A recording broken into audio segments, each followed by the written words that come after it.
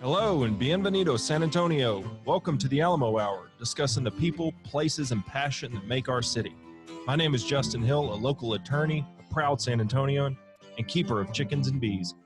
On the Alamo Hour, you'll get to hear from the people that make San Antonio great and unique and the best kept secret in Texas. We're glad that you're here. All right, welcome to this episode of the Alamo Hour. Today's guest is Chet Garner, a.k.a. the Daytripper, previously known as the Texas Daytripper, right? Austin Daytripper, actually. That's what it was. All right. Austin Daytripper.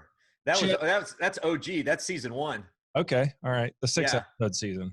Yeah, it was. Yeah. When we went to Waco, our stomping ground, because we were in Waco before Waco was cool. I know. It's so different now. Yeah. Oh, man. So different. Silos used to get shanked, and now you got to stand in line to get a sandwich. That's exactly right, man. And so we started off, I thought, man, if I can convince Austinites to want to go to Waco, I can convince them to want to go anywhere in the world. And so that's why I started with the most difficult task first. And so I like to take a lot of the credit for making Waco cool. I know Chip and Joanna may disagree, but I'll take 100% of the credit on that. So one of my good friends just became general counsel for Magnolia there. And I was like, you're kidding me. A great gig. Yeah. Chet is a graduate of Baylor Law School where we met. He went on to work for one of the biggest and best law firms in Texas. After a few years, he made a pivot, created the Austin Daytripper to become the Daytripper. The Daytripper has won 8 Lone Star Emmy Awards. It's won them for multiple different categories. It's on PBS. It's hosted by Chet. It highlights the culture, outdoors, food, tacos, swimming holes, barbecue, all the wonderful things about Texas. As it relates to San Antonio and South Texas, he has won Emmys for episodes covering Seguin, San Antonio twice, and New Braunfels. He's won Outstanding Program Host. You have a brick and mortar store in Georgetown, and you just have a huge following. My old law partner one time, the coolest thing that his kids knew about me was that I knew you. They thought it was so cool that I knew who you were. Hey man, I've been very vocal. I tell all my friends, and this applies to you, that if you can use knowing me to any benefit in your life, do it frequently, because it's not going to last forever. Well, I am right now. I have got you on my podcast. Good. I mean, there we go. I got the mayor on before you, which was probably harder to. You're a bigger get than the mayor of San Antonio. Yeah. You're good at brown nosing. That's a lie, but okay. Okay, so Chet, on all these episodes, I start with kind of a top 10 just to get a little bit of information about people. Then I've got sort of the sort of thing we're going to go through. Yours is a little bit different because you're not a San Antonioan, but you have spent plenty of time here highlighting our wonderful, wonderful city. So I thought it'd be great to talk to you as an outsider who has also really actually done a lot to display our city. So to start, this is a hard one, I think. It looks like you won Outstanding Program Host every year except for 2017. What happened? Whoa. I wish I could tell you. Those were my dark years. I was just eating barbecue and crying. I was mailing it in thinking I could walk home with the award. And yeah, I think that was the year I didn't get nominated at all. So, really? Who won it that year? Gosh. So in all honesty, they took what I did, which is a program host, and they combined it with what a lot of other people do into this one massive category, and all the traditional program hosts like us were kind of kept outside. So I couldn't even tell you who won it, but it was like an old, is it Mickey Rooney, the guy who had the crazy eyebrows and would go like, "What's the deal with typewriters? I don't need a typewriter." Was it, that yeah, name? It also Seinfeld, basically. Yeah, basically. Right. Yeah. And so those guys cleaned up that category that year, but we came back strong in 18 and we got it. We got it again. Okay. Man, the awards are always they're fun to get, but man, if you did it for the awards, you'd be a wreck because they're so subjective and they bounce around, and so you can never do something for the recognition, or else you'll burn out too quick. So one of the newscaster here, a friend of mine, she won one a few years ago, and she took pictures of it in her bed with her and next to her in the bathtub, and it was a big deal for me. Now they're I like door stoppers, and I bring them to things and I let people pass them around because what good are they with me just collecting dust on a shelf? Yeah, there's some behind you right now, I can see. Oh gosh. Yeah. That was not planned, I promise. But we've got one in the store in Georgetown, and I'll let anybody wants like it looks like it's a fancy paperweight essentially. How heavy are Pick they? it up. Do they have some heft to them? Oh, they're heavy. You could kill a man with them. You could definitely kill a man. That's a good standard by which we should play. Yeah. Exactly. Okay, so I watched your episodes. I'd seen them previously about San Antonio. What were some of the neat things in San Antonio that you did not know prior to coming to doing these episodes? Man, I love San Antonio. Like, and I know maybe I'm pandering to the audience. I promise I'm not. Like, I love San Antonio. San Antonio's got a patina that other towns in Texas don't. There's only one other town in Texas that I think comes close to having the same patina that San Antonio does, and that's El Paso. But you know what I'm talking about? Like the crust on a cast iron, like it's just got this richness to it. And I'll say that the more time I spend in San Antonio and South Texas and West Texas and even Central Texas to a certain degree, I start to identify more with being Spanish than I realize how much of our culture as a Texan, more of it came from Mexico than it did the 13 original colonies. Yeah. And so like that, July 4th, we kind of inherited when we joined the Union, but that's not really our story. Our story comes from the South.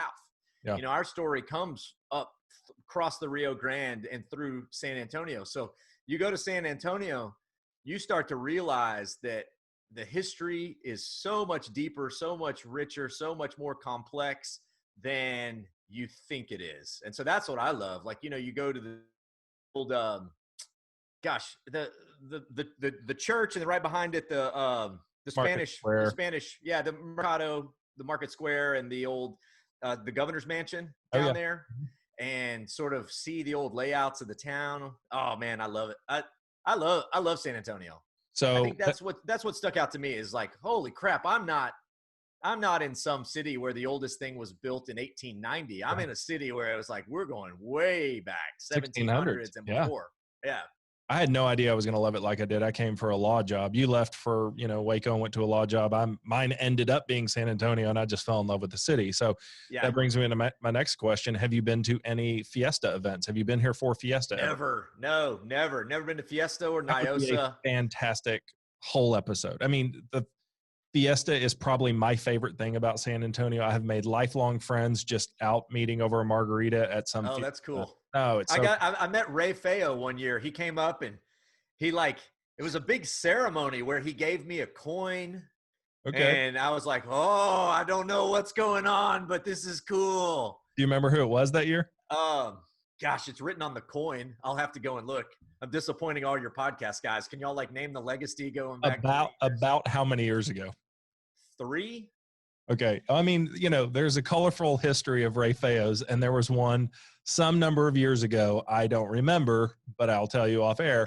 And it was just some of his events were very much spectacles. Oh, really? Yeah. Well, he came to a conference I had to go to down there or something, and was walking around in the white suit, the crown, the whole deal, and loved the attention. So I bet you it's the same guy. Loved the attention. That group will raise $200,000 to $500,000 in scholarships. Just that group, just that one group's fundraising efforts. Every single event is a fundraiser for something. Holy moly! Yeah, no, it's fantastic. Wow. The weirdest thing you have seen on your travels? Ooh, like all over Texas or in San Antonio? Oh, if you can break them down on the fly, let's do it. Let me think about this. The weirdest thing I saw in San Antonio. One time I went to Henry's Tacos, and I saw the giant walking taco walking around shaking hands. I got a picture with the walking taco. Okay. That was pretty awesome. That's fair. Let me think of what else. What's the weirdest thing I've seen in San Antonio? Oh man, I've had some weird stuff happen to me all around in San Antonio. I mean, gosh, man, you're putting me on the spot. I need to think about this. I'll say the coolest place I've stayed in San Antonio is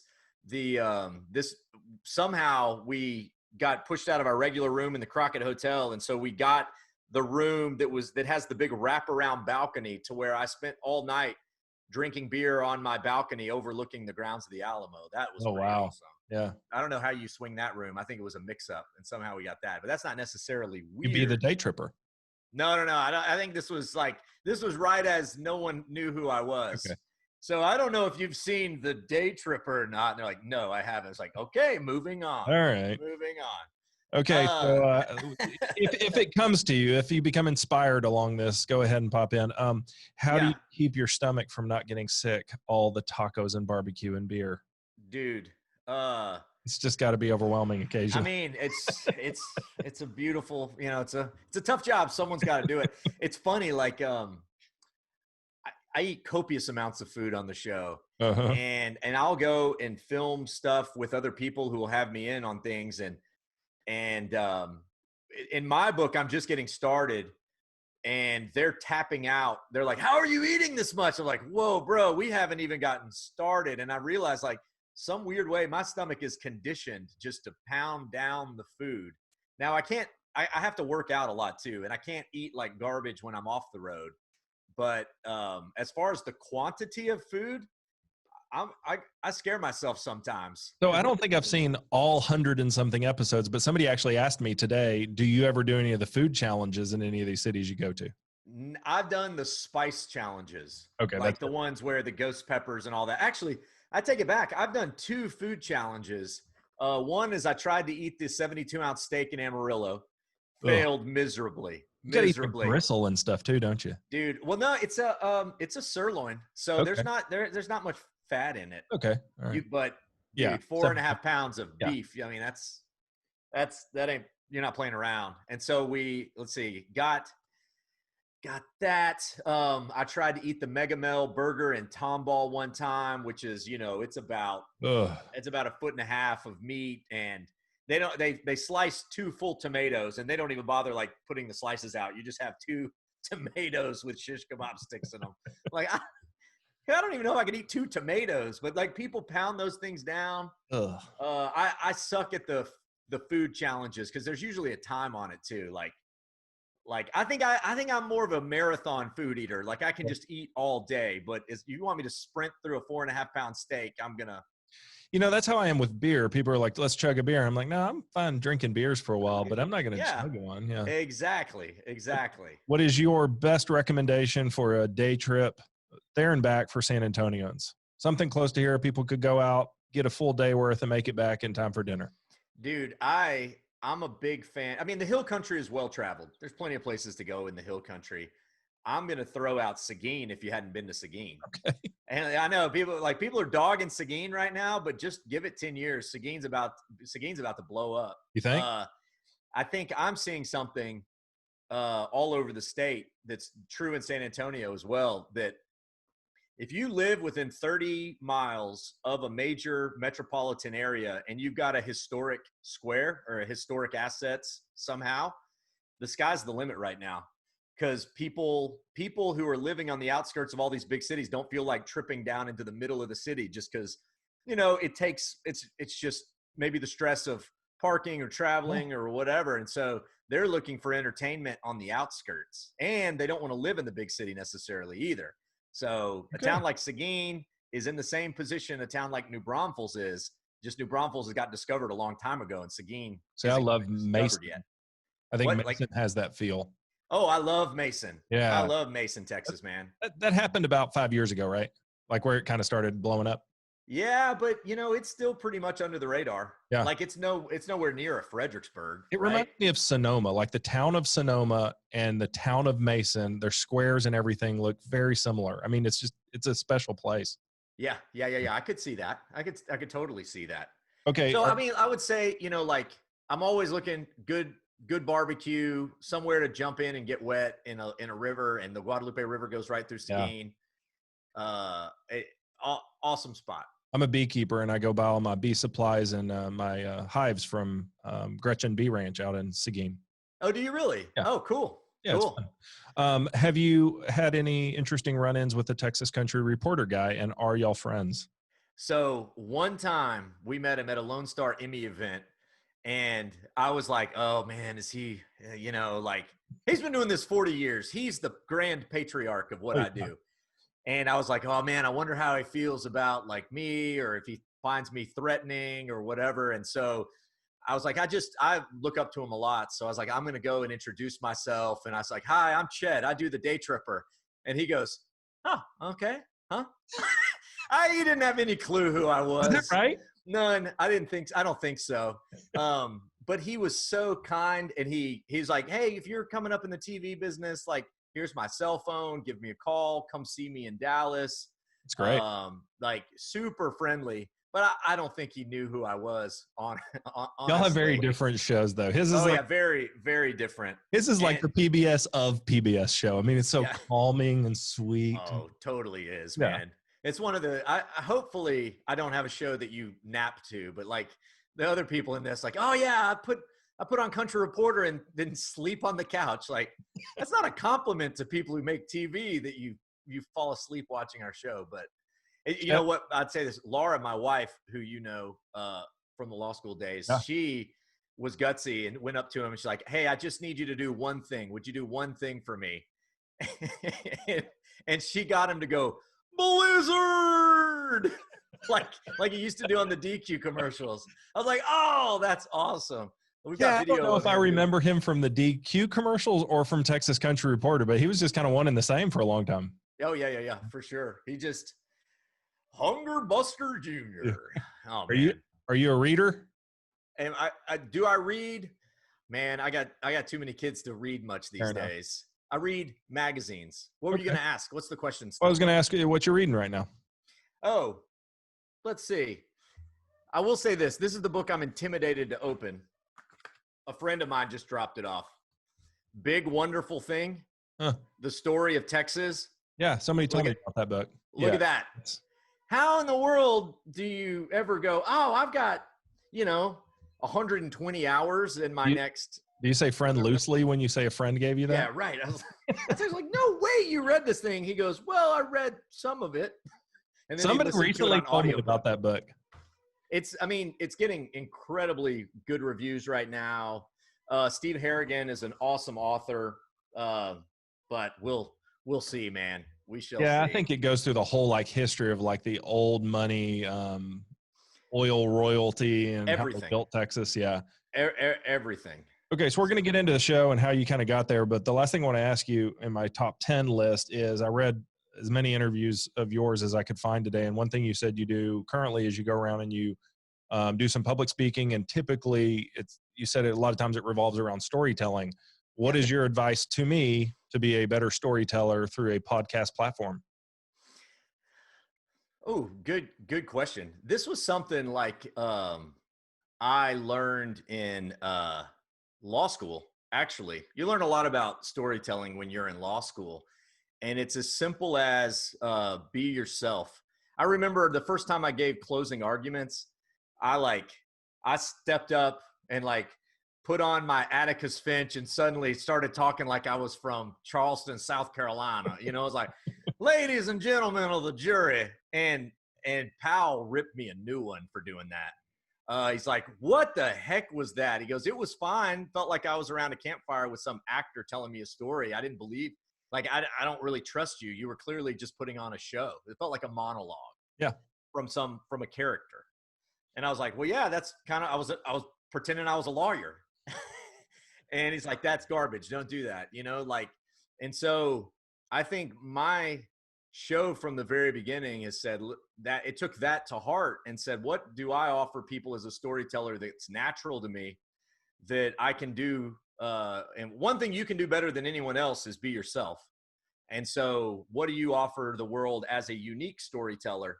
And how do you like to hear stories? And so kind of melding those two things together, but you come across a place that's natural to you, because there's great storytellers. There's the great storytellers that are really animated. And then there's the great storytellers that just sort of talk really deep and slow and bring, rip you into their world. Then there's storytellers that make you laugh, ones that make you cry, and they're all great storytellers. But if I did the cheesy, sentimental NPR guy, I don't think I think I'd suck at it. I wouldn't Yeah. be any good.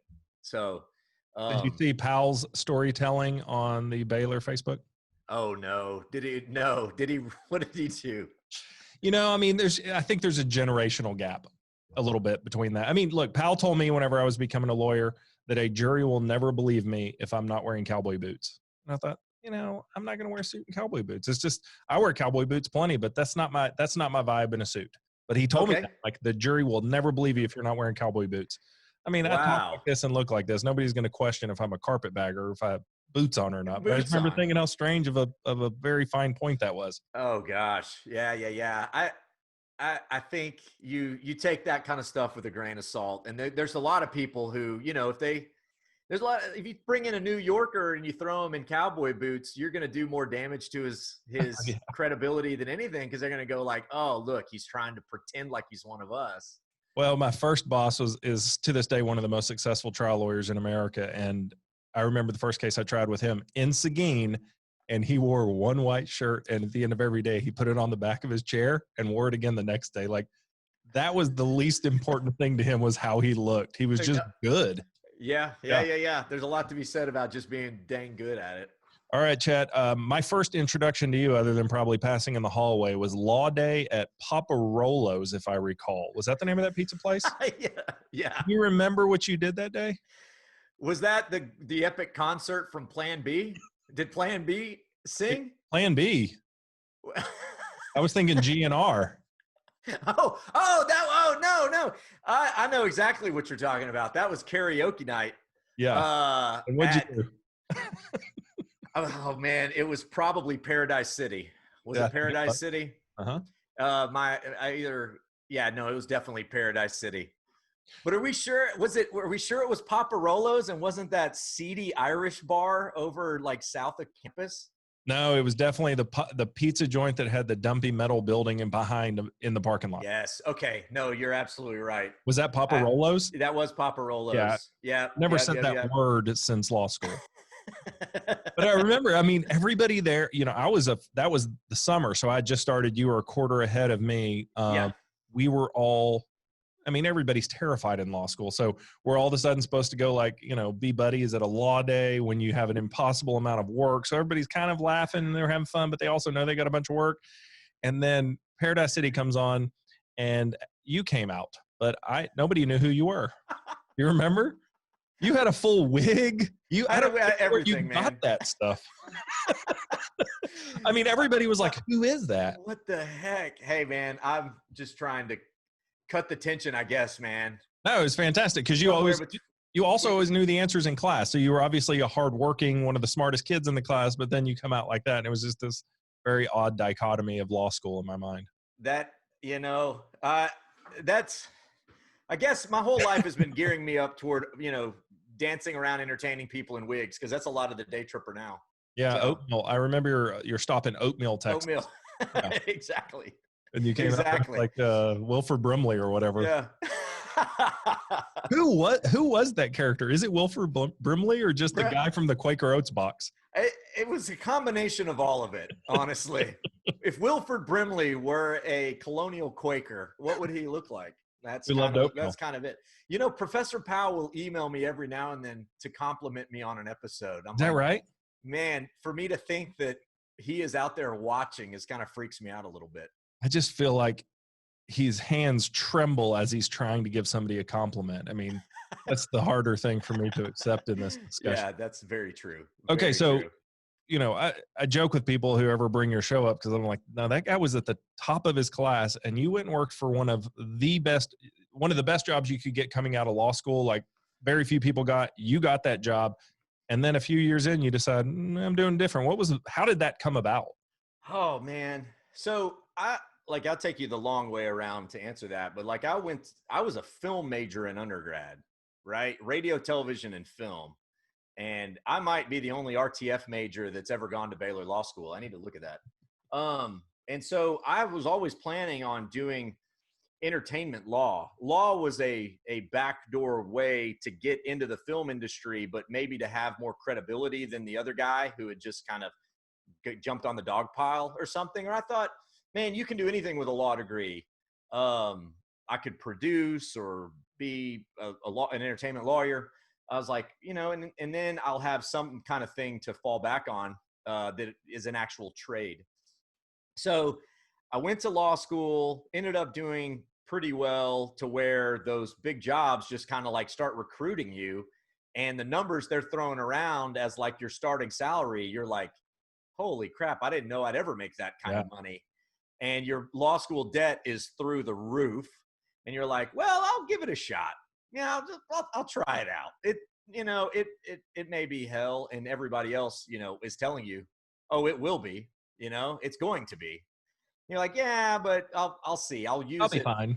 I'll be fine. Yeah. I'll be fine. It might work for me. No, I never really expected like it was my long-term solution, but I thought I'll get there. I'll make some money. I won't spend the money. And then maybe I can fund my own television show. No, that wasn't my thought at all. But I was like, maybe I'll make an independent film, or I thought I would have more opportunities to go into entertainment law. And this was the time, like in the early 2000s, the law was, movies were booming in Austin. And then other states started playing these incentive games where they would give you these insanely deep discounts in tax credits. And so the movies left. And so the movies all left right as I came to Austin and realized that, I wasn't going to be doing any entertainment law. I was a trademark copyright attorney, and I better get used to sitting in my office, listening to passive aggressive partners yell at me, and generally be around people who hate their job 24 hours a day. And I was like, oh, this is awful. And you hear that thing, like it's better to be at the bottom of a ladder you want to climb than halfway up one you don't. And I had no one that I could look up to and go, man, I want that guy's job. That's the job I want. Because those guys hated their jobs more than us, I think. The partners did. Yeah. And so it was like, okay, I got to come up with an escape plan. And I thought, and if it doesn't work, I'll just go back to being an attorney, and not at a big law firm. I'll go find some other place to be an attorney.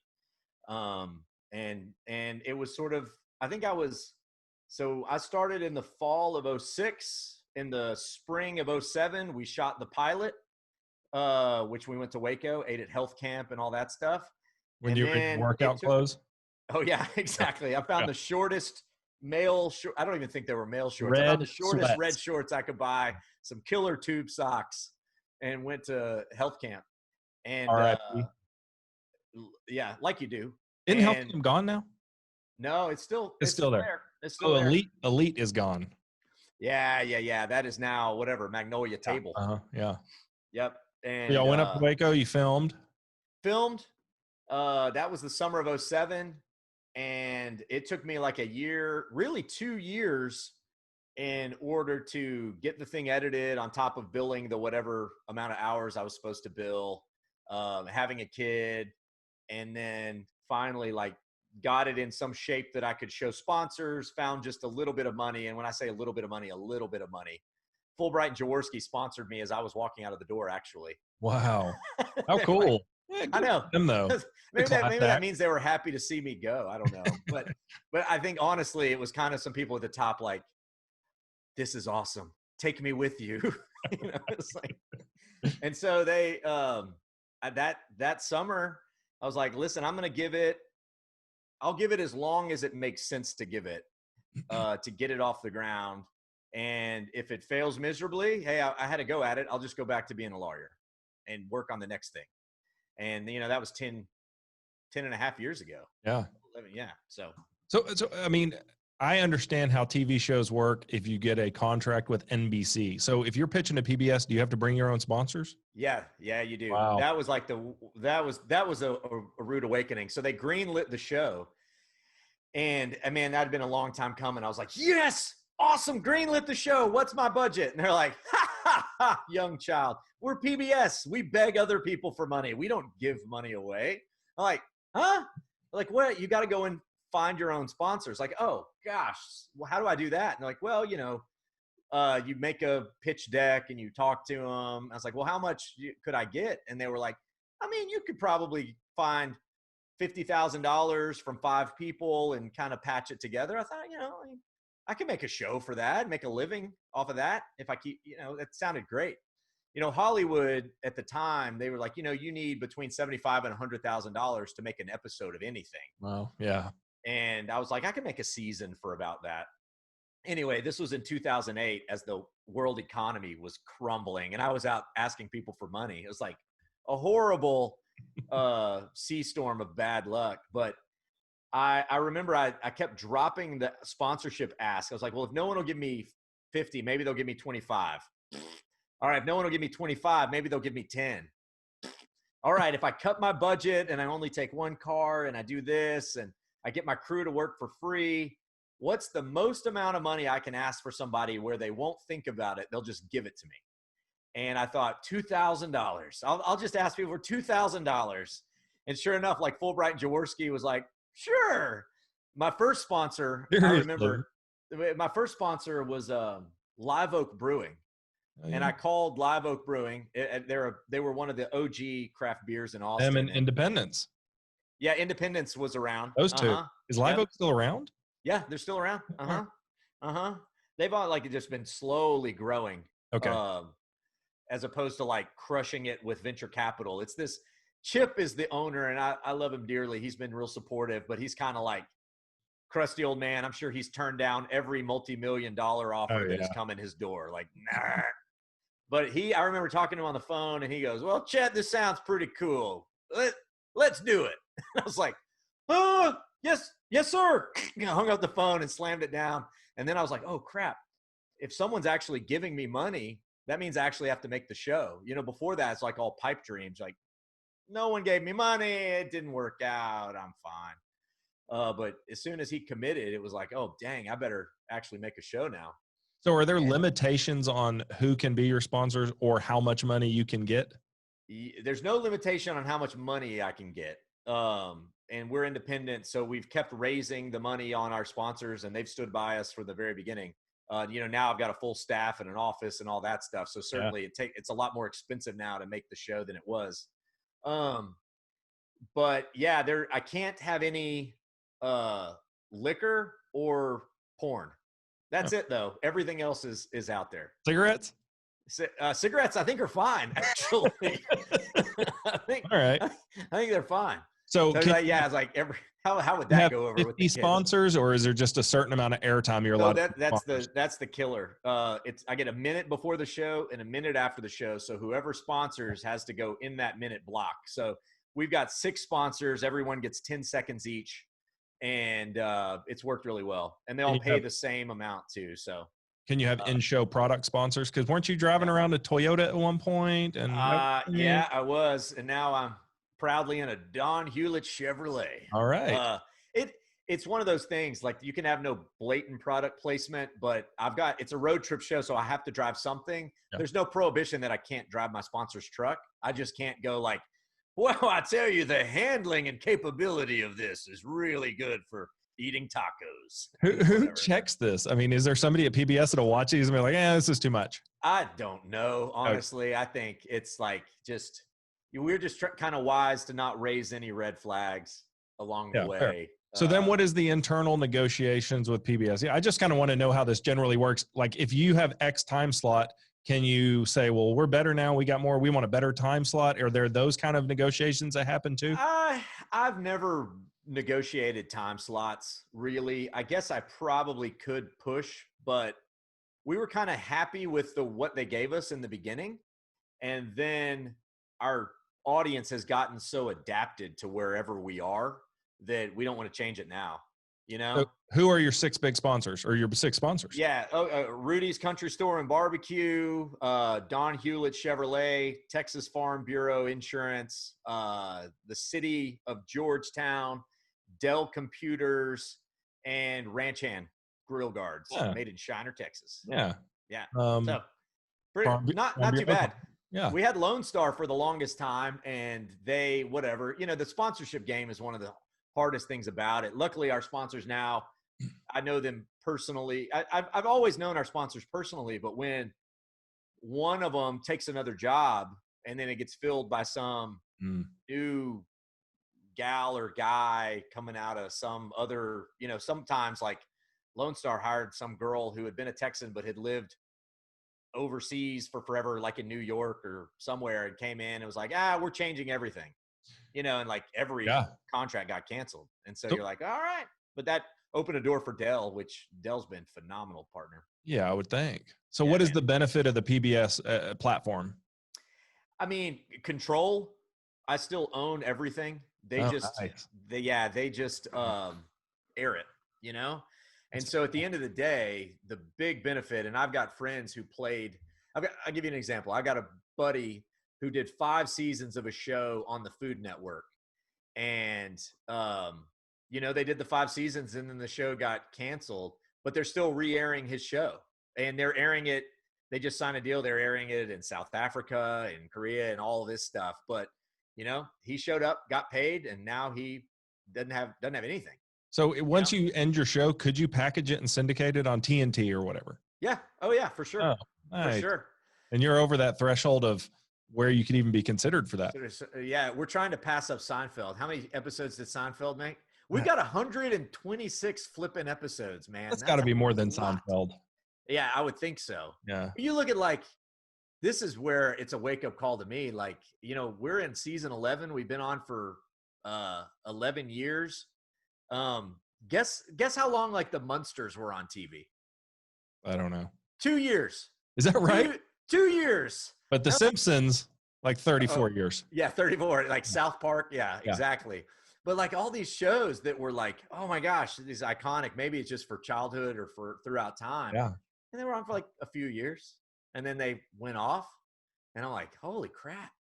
Okay. At which time am I the old washed up guy? I don't know. Well, not yet. Yeah, not yet. Thank you.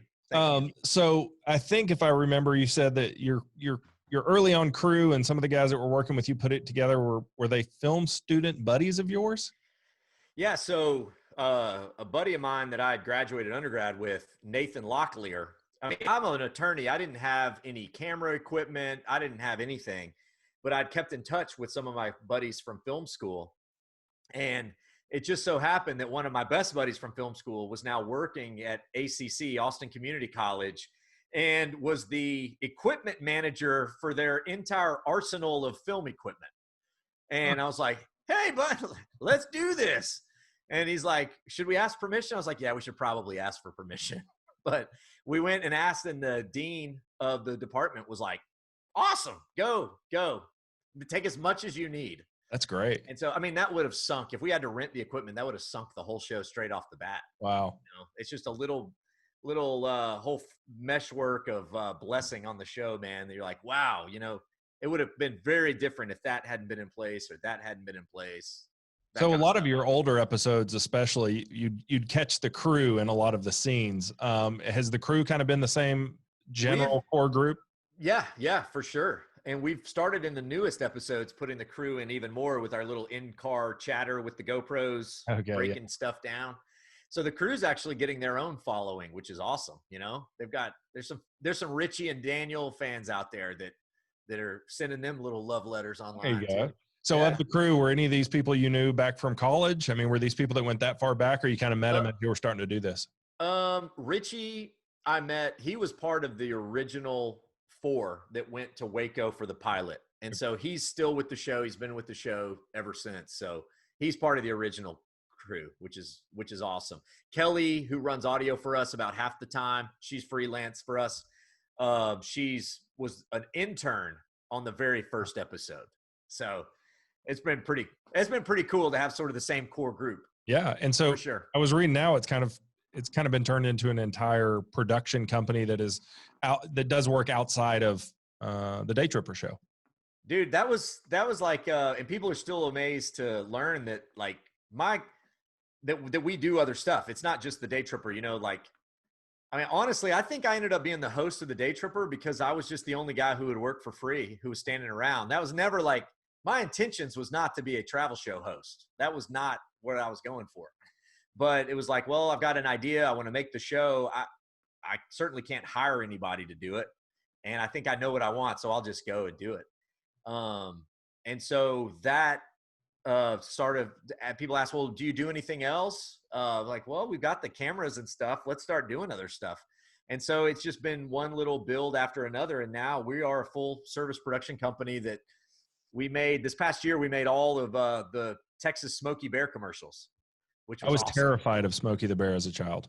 Dude, if you saw him emerge out of a garbage can that he gets carried around in, you would have had even more nightmares. So is it mostly commercials type stuff? Yeah. Commercial stuff. We've got a couple other. I'm the executive producer of another television show that is going to hit PBS very soon called The High Pointers. Some friends of mine who are obsessed with climbing the highest point in every state. So did you know about this? This is a whole subculture. Like they were like the 14ers or whatever they call themselves. Well, yeah, like so in Colorado, it gets to 14, and so you got to tag the highest point in Colorado. The Colorado high point is really one of the easier ones, honestly. Isn't it Pikes Peak? What's that? Is it Pikes Peak? Not Pikes Peak is a 14er, but the highest point's Mount Elbert. Okay. Elbert. And, but like Kansas is like, you just jump a fence and roll on a molehill. And you're like, yeah.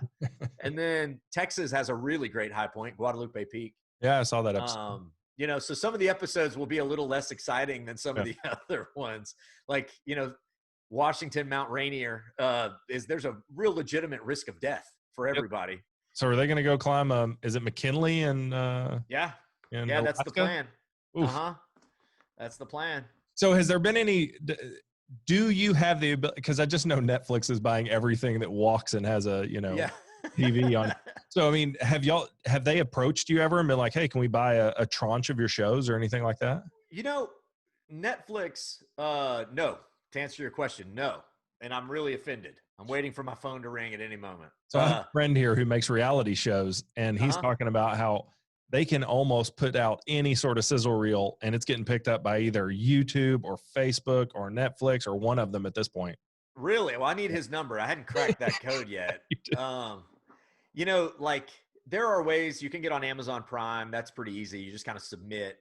We're in a wild west of content right now. Yeah.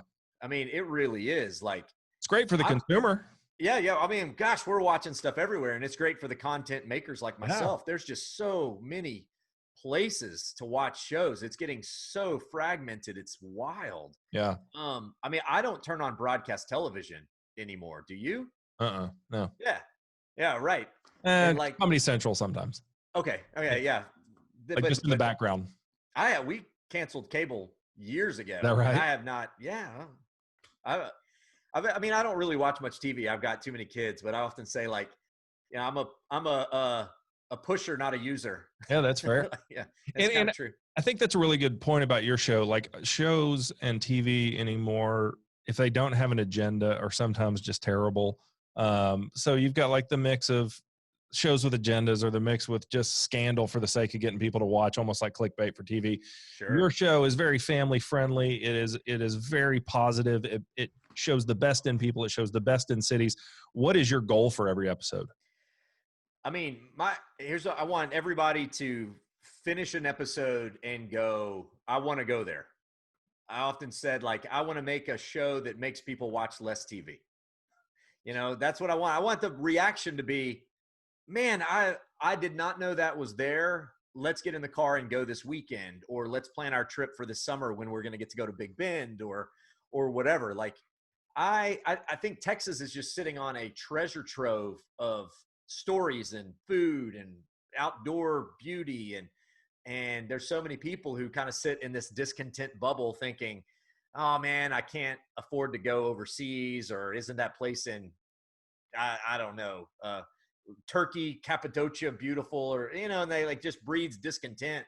And so I'm trying to give them this whole wealth of things that are literally like an hour from their back door that they can go hey man, let's just get in the car and go, because there are so many things that I think we all kind of want some sense of adventure in our lives. We just don't realize how close it is. And so people can go. I mean, I guarantee you can have a better day an hour from your back door than you can in Europe. Take that day out of a vacation, 1-to-1, this day versus this day. You could have more fun somewhere in the hill country. Big Bend in the winter is maybe my favorite place to go. I went every Christmas for a few years in a row, and this year I missed it because I went overseas. But I mean, it is in Big Bend's winter. Magic. It is magical. It really is. And magical. I had no idea. I just had no idea. And I get out there and thought, how have I never been here? So you Exactly. say your goal is to try to make every city be inviting and make people think they want to go there. There are some cities in the state of Texas that would be very hard to do that with. Have you run into any that you're like, we can't air this, or let's not do that one?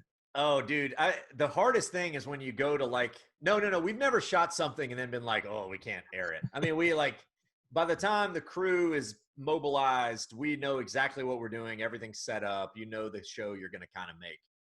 I mean, you don't know exactly what you're going to get, but we say it like this: when we go to make a show, we have our best offensive strategy on earth. We just don't know what the defense is going to give us. Okay. And so you got to kind of bob and weave, but for the most part, you know, like what you're going to be doing. And who plans it out? I do. Okay. I do. I'm still doing that. I've got a producer that calls and arranges and kind of sets the schedule, but as far as like the linear narrative of the show, that's still me. Okay.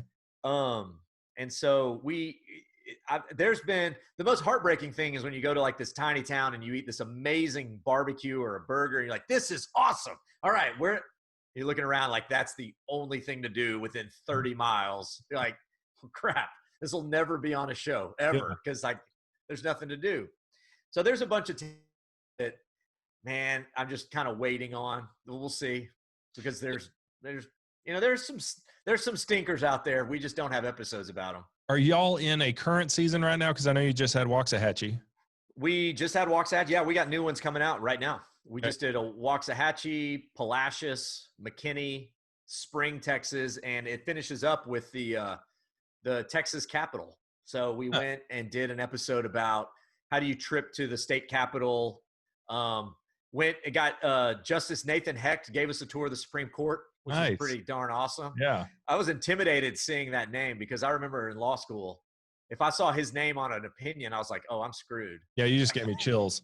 No, yeah. The firm you worked at, you were fine when you saw that name on an opinion. Or the firm I work at.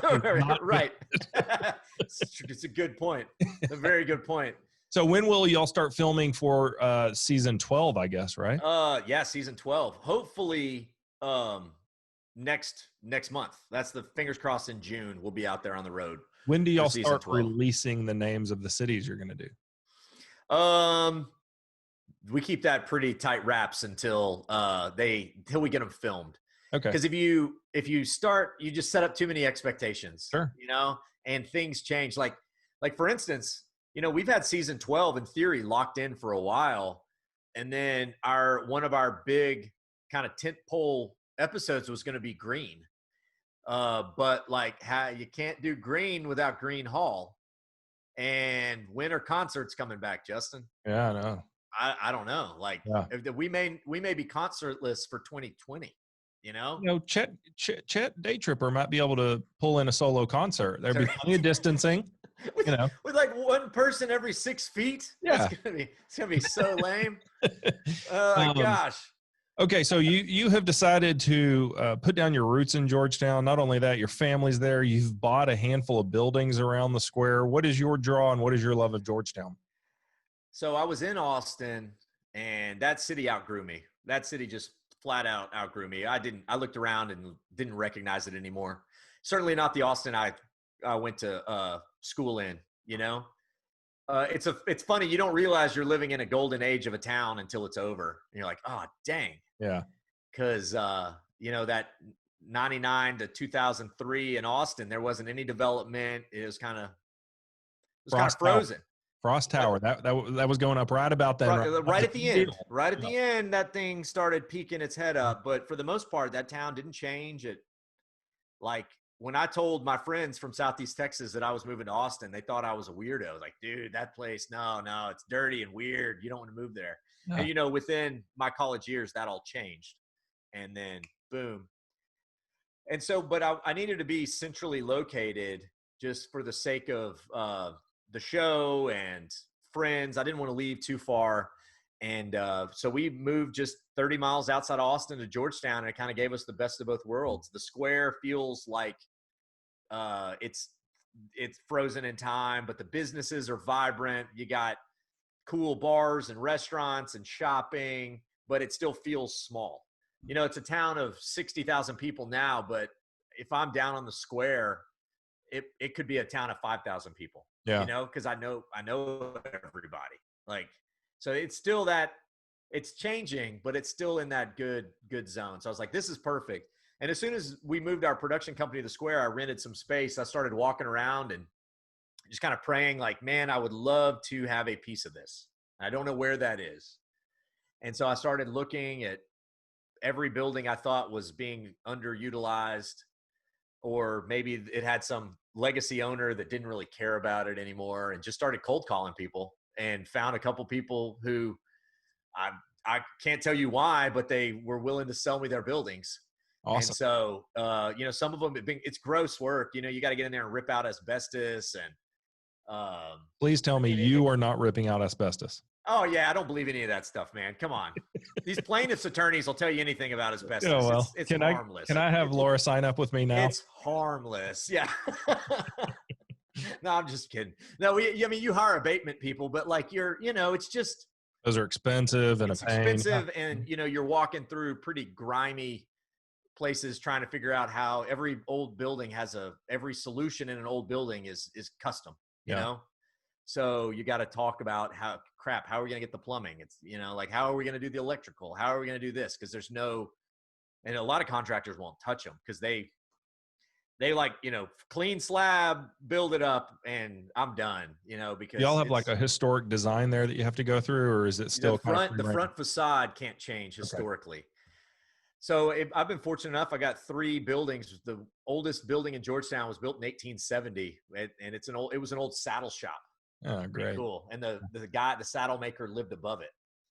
Huh. And the front doors are huge because you used to, they were big enough to ride your horse in. So you could get your saddle fitted. Sure. And then it's pretty awesome. Yeah. It's just so cool to have like pieces of history and to be the stewards of it. It's not something I necessarily planned on, but I'm certainly glad I do. Are you planning on picking up more? If the right opportunity, not in Georgetown.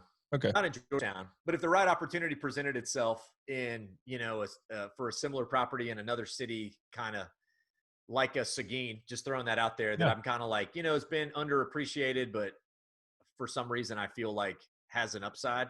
There's plenty of people who tell you there's no reason to go to Seguin, but I don't know. My gut says it's a good place. All right. And so, I think if the right opportunity presented itself, certainly, I kind of love it. I kind of love it because we started ripping out the walls in one of them and found a barbecue fire brick pit that was hidden underneath the floorboards that had been there since, I think the floor probably went down in 1899. And so whatever the fire pit was had been there before that. Wow. I was like, who had fire brick? And you found horseshoes and we found old horseshoes. We found old headlights and found out that our building, one of the buildings where we are in now, used to be an auto shop. So we've traced the headlight back to some 1920s automobiles. When you said you found original hardwood floors and then you went through like 8 layers it took to get there in one of your interviews. Yeah. Oh yeah. It's an archaeology dig, man. You just start ripping stuff down. Like, what the crap? How cool is that though? It's fun. Yeah. Oh, it's a blast. So whenever we were in law school, you come out and Georgetown is not a place to file a lawsuit if you're the type of work I do. And we tried a case there a year ago, and the jury panel was very different than I expected. It was a much more, I don't want to say Austin, but you had a lot more millennials on the jury panel. You had a lot more tech people living there than I'm sure were 10 years ago. So you could tell that city's changing a lot, and I was pretty surprised by that. Yeah. Changing a ton to the chagrin of many people in town who want to keep it frozen, but it's getting better all the time, which I think is awesome. Yeah, and you're helping do that by developing some of these buildings. Yeah, I hope so. Man, you know what? If there are some buildings in downtown San Antonio that just make me cry because they're falling apart. So, I love downtown San Antonio. The city's doing a great job. A few years ago, they basically passed a rule that said, if you've got broken windows or a leaky roof, fix them or we're going to fine you per day. And that led to all these just out of town or in town investors that have been sitting on these dilapidated buildings. They just started offloading them. So now you're getting this great turnover in town of those buildings getting renovated. One of them had this like sheet metal siding that was super ugly. They pulled it off. It had these beautiful like stone carving facades all throughout. So yeah. Dude, that's awesome. Yeah, no, they're doing a good job at fixing that. The Castros were really, really dedicated to improving our downtown. And now you're starting to see the fruits of that come through. So it's great.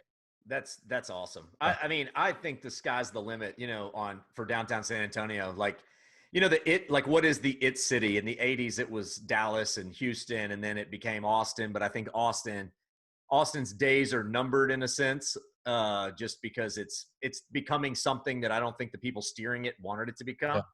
And so it's still going to be vibrant and fun. I'm not dogging it that much. I'm kind of dogging it. Nobody But can I think, afford to live there. what now? Nobody can afford to live in Austin. Exactly. That's a big part of it too. Price everybody out. A big part of it. And so I see San Antonio, I don't know, within the next decade will become like the it city of Texas. I know, right? Y'all don't want it to be, but like, man, as long as y'all can preserve some of that old patina, you'll be good, man. The people here care a lot about making San Antonio kind of stay San Antonio. And it's a very weirdly friendly city where you just make friends randomly and they're friends for life. And I've only run into that kind of in New Orleans before, where you get that vibe that like the person sitting next to you is your friend. And that's cool. Love the city.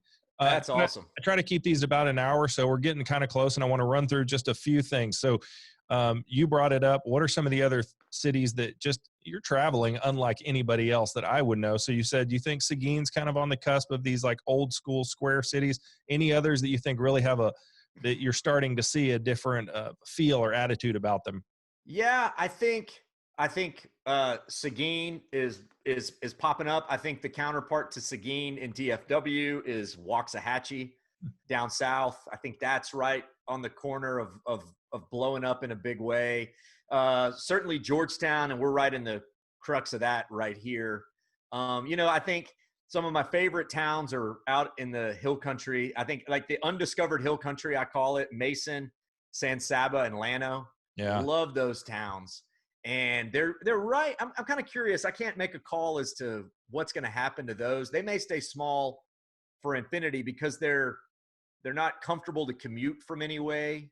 And only a certain amount of people actually want to live that lifestyle of the slow, like legitimately slow town where there's still old timers sitting in front of the hardware store drinking coffee till 11 a.m. Yeah. Like those towns still exist. They really do. So Mason is the only county in Texas that has the state gemstone, and I can't remember if it's a ruby or blue topaz, man. Blue topaz. topaz. Yeah. So Josh Fogelman, do you remember him from law school? Oh yeah, for sure. Absolutely. Him and his daughter have gotten really into geology, and they've been to Llano, and they've been looking for topaz and Mason. So he's keeping me on sort of the up about where all the geological finds are. Yeah. So we went rock hounding in Mason in the Mason episode, and we legitimately found a piece of topaz. And as soon as I found it and showed it to everybody, I got the emails. You fake, you're a liar. How dare you plant that? Because I was like, what? No, I promise it was legit. Because I think there's a few ranches that'll let you rock hound on the ranches. And some of the locals hate that because they're like, oh, they're just stealing money. You can't find that stuff out there. But we legitimately found a big chunk of it. Do you have it? Yeah, I do somewhere. One sec. Oh, well, I mean. No. I think it's close.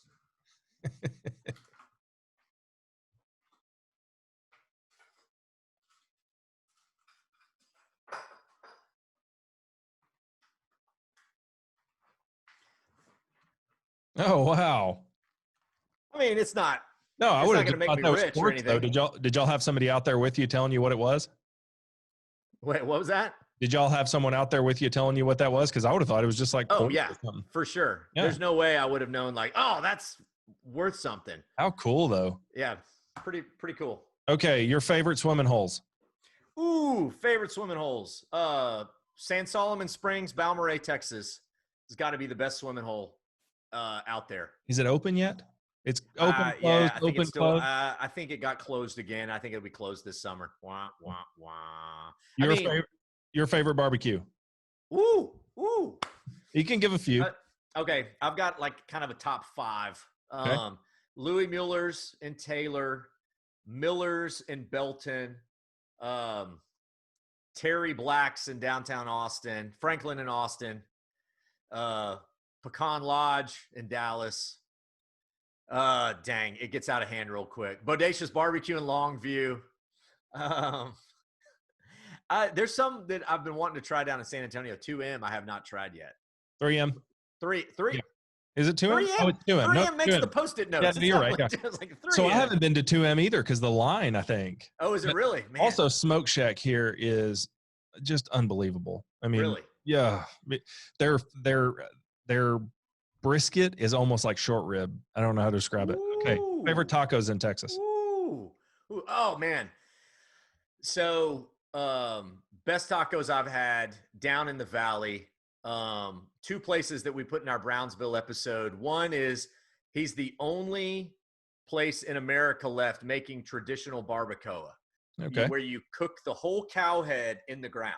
I saw that episode. Yeah. Oh man. And those are just unreal. And then there's another place down there called Ultimo Taco, which is like kind of the smaller street tacos where you're getting started. You eat about a dozen and you're just getting started. Oh dude, I used to go down there for work a lot. Yeah. You know what? I'd love that. Like Ray's Drive-In in San Antonio with the inventor of the puffy taco. If you want to believe that story, I love me some Ray's, man. Yeah. I really do. Best burger. Ooh, best burger. Oh man.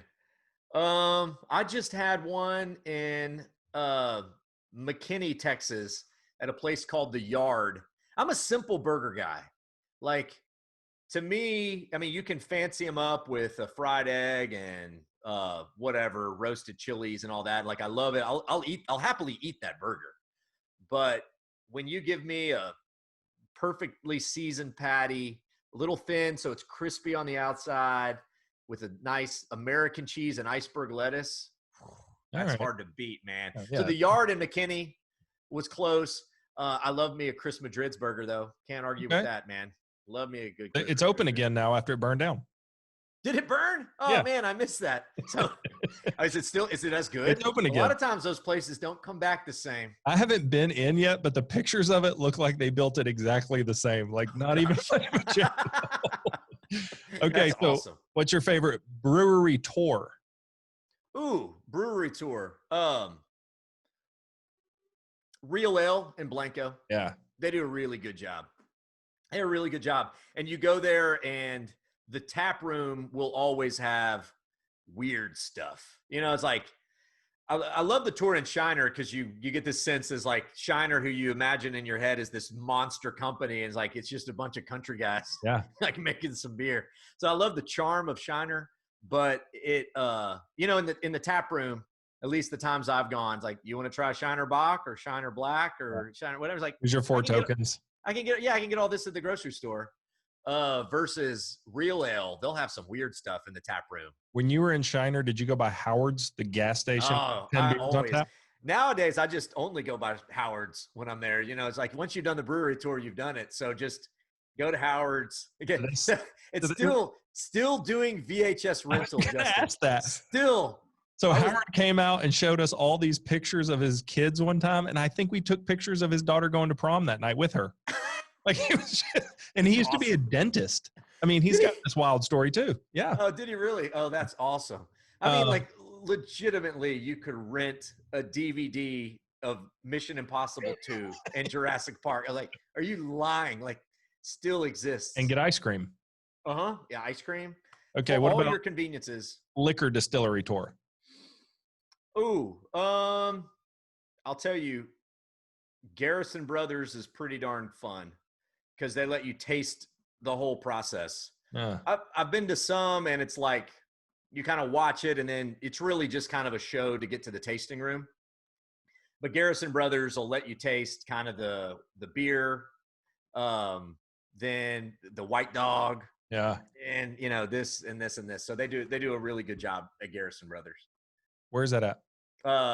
Outside of Fredericksburg, Texas. High Texas. Somewhere in the Hill Country. I didn't know. Yeah. Hill Country. Do you have one?